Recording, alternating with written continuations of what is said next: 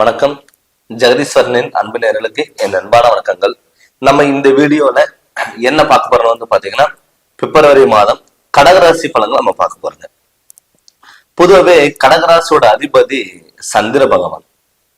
கடகராசி பொறுத்தளவு வந்து பார்த்துட்டீங்கன்னா, கோபம், முன்கோபம், கற்பனைகள், ஆசைகளும் எல்லாமே அதிகமா இருக்கக்கூடிய ஒரு ராசி எதுனா கடகராசி. இந்த கடகராசிக்காரங்களுக்கு மட்டும் வந்து பாத்தீங்கன்னா ஒரு எல்லாமே பர்ஃபெக்டா இருக்கணும், போற வழியும் கரெக்டா இருக்கணும், நான் பயன்படுத்துற விஷயங்களும் கரெக்டா இருக்கணும், நான் எடுக்கிற முடிவு கரெக்டா இருக்கணும் அப்படிங்கிற ஒரு மனப்பான்மை இருக்கக்கூடிய ஒரு ராசி கடகராசி. கிட்டத்தட்ட ஒரு 4-5 மாதமா கடகராசிக்காரங்களுக்கு இந்த சனியோட பிடியில இருக்கிறதுனால எதுவுமே பண்ண முடியல.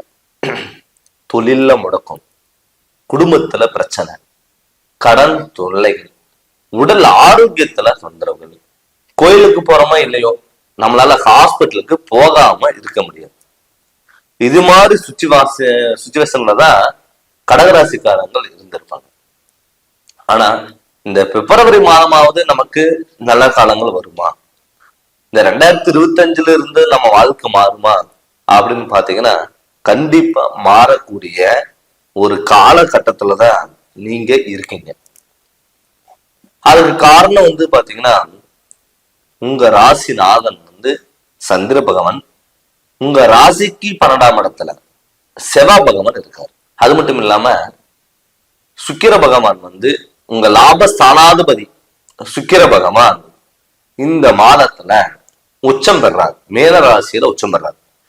எப்பவுமே நம்ம லாபஸ்தானாதிபதி நமக்கு நல்லா இருந்தா எந்த தொழில் பண்ணா நமக்கு இம்ப்ரூவ்மெண்ட்ங்கிறது கண்டிப்பா கொடுக்கும். நிறைய பேர் வந்து சொந்த தொழில் பண்ணிட்டு இருக்கிறவங்க எல்லாம் அந்த வேலையை விட்டுட்டு போயிருப்பாங்க. எனக்கு இந்த வேலையே வேண்டாங்க, அவசரப்பட்டு நான் சொந்த தொழில் ஆரம்பிச்சு வாழ்க்கை முழுவது கஷ்டம், என்னைக்கு அந்த தொழில் நான் ஆரம்பிச்சனும் அன்னையில இருந்து இதனால வரைக்கும் என்னால ₹1 அதுல வருமானம் எடுக்க முடியல, கடன் தான் ஆச்சு. உங்ககிட்ட வேலை செஞ்சவங்க கிட்ட உங்க தொழில கொடுத்துட்டு போயிருப்பீங்க. அப்படிப்பட்ட சூழ்நிலைகள் தான் நீங்க வாழ்ந்துட்டு இருந்திருப்பீங்க.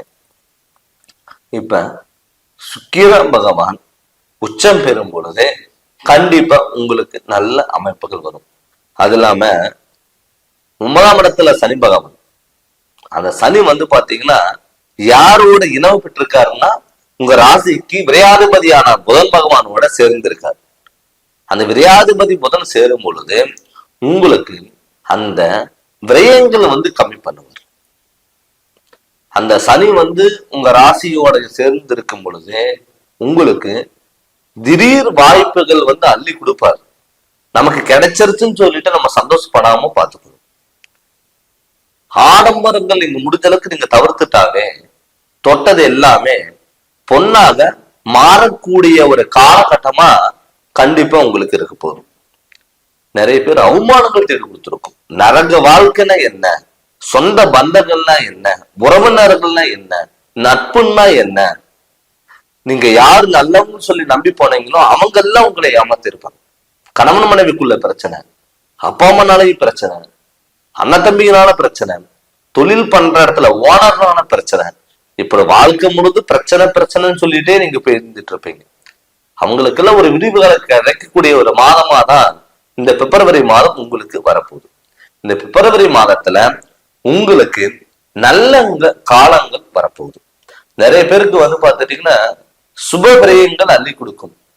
இல்ல நமக்கு வந்து குரு பார்வை இல்ல, ஆல்ரெடி அஷ்டம சனி இருக்கு, இந்த அஷ்டம சனில நம்ம என்ன பண்ண முடியும் அப்படின்னு நீங்க கேட்டீங்கன்னா நீங்க தாராளமா சுப விரயமா மாத்தலாம்.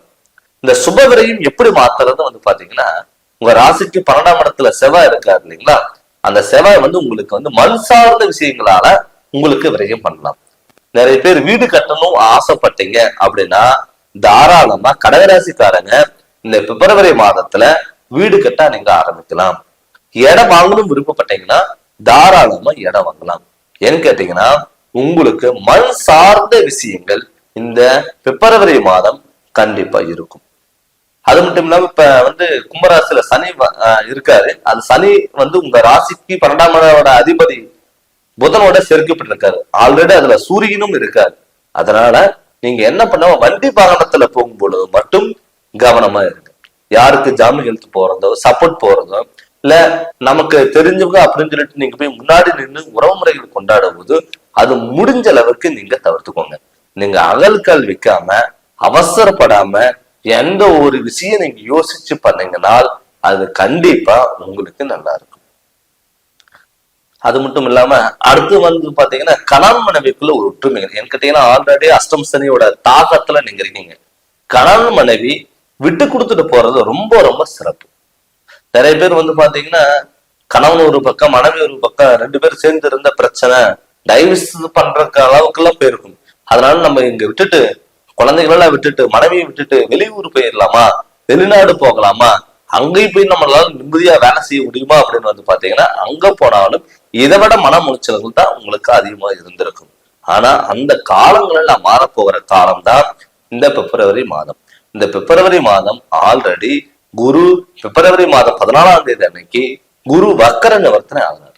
அப்படி வக்கர நிவர்த்தனை ஆகும் பொழுது கண்டிப்பா இந்த கடகராசிக்கு நல்ல பலனுங்கிறது கண்டிப்பா கொடுப்பாரு.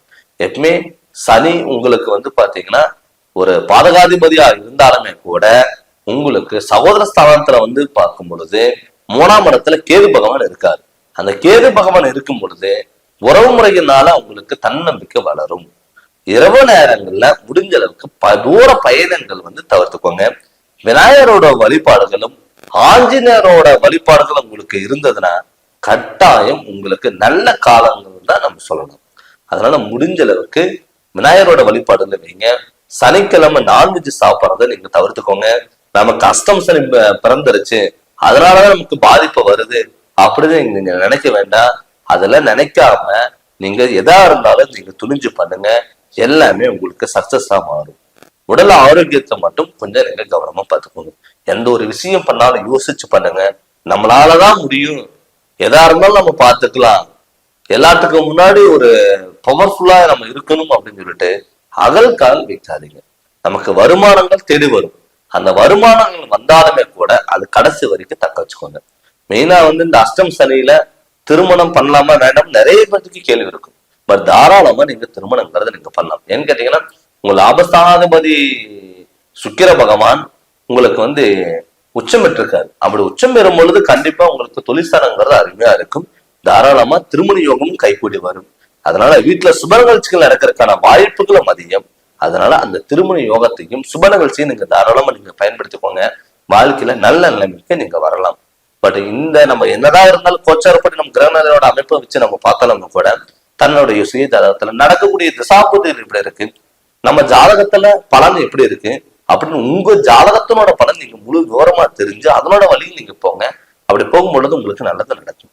அதனால உங்க ஜாதகம் நீங்க பார்க்கணும்னு சொல்லி விருப்பப்பட்டீங்கன்னா என்னுடைய போன் நம்பருக்கு நீங்க போன் பண்ணி கன்சல்டிங் வாங்கிக்கோங்க. கண்டிப்பா உங்களுக்கு நல்ல விளக்கங்கிறத நான் தரேங்க. இந்த சேனலை நீங்க ஃபர்ஸ்ட் டைம் பாக்குற மாதிரி தான் சப்ஸ்கிரைப் பண்ணுங்க, பெல் பட்டன் டச் பண்ணுங்க, உங்க நண்பர்களுக்கும் ஷேர் பண்ணுங்க. நன்றி, வணக்கம்.